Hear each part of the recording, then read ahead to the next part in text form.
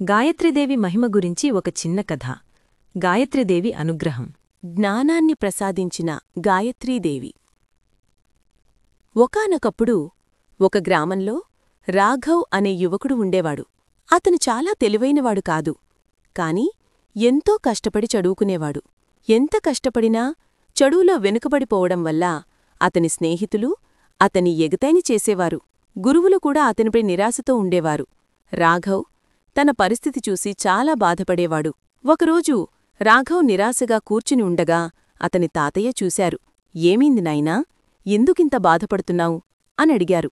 రాఘవ్ తన కష్టాలన్నీ తాతయ్యకు చెప్పి, నాకు తెలివి లేదు, ఎంత చదివినా ఏదీ గుర్తుండటం లేదు అని కన్నీరు పెట్టుకున్నాడు. తాతయ్య నవ్వి, నాయనా, తెలివి అనేది కేవలం పుస్తకాలతో వచ్చేది కాదు, అది దైవశక్తి. జ్ఞానానికి మూలం గాయత్రీదేవి. ఆమె వేదమాత. ప్రతిరోజూ నిష్టగా గాయత్రీ మంత్రాన్ని జపిస్తే ఆమె తప్పకుండా అనుగ్రహిస్తుంది అని చెప్పారు. గాయత్రీ మంత్రాన్ని 3 సార్లు జపించడం వల్ల కలిగే శక్తి అపారం అని చెప్పారు. తాతయ్య మాటలను నమ్మిన రాఘవ్ మరుసటి రోజునుండే గాయత్రీ మంత్రాన్ని జపించడం మొదలుపెట్టాడు.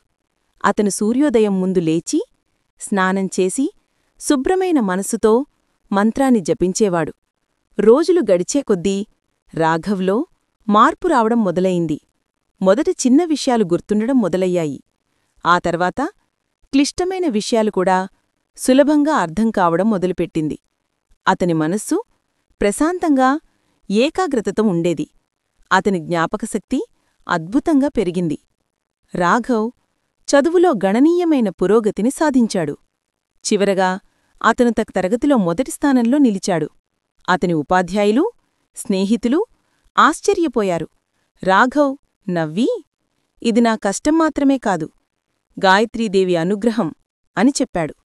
నీతి: నిజమైన భక్తితో, విశ్వాసంతో గాయత్రీదేవిని పూజిస్తే ఆమె మనస్సులోని అజ్ఞానాన్ని తొలగించి జ్ఞానాన్ని, ప్రశాంతతను ప్రసాదిస్తుంది.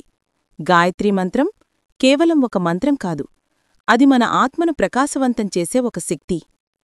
లోకా సమస్తా సుఖినో భవంతు. Thank you for watching.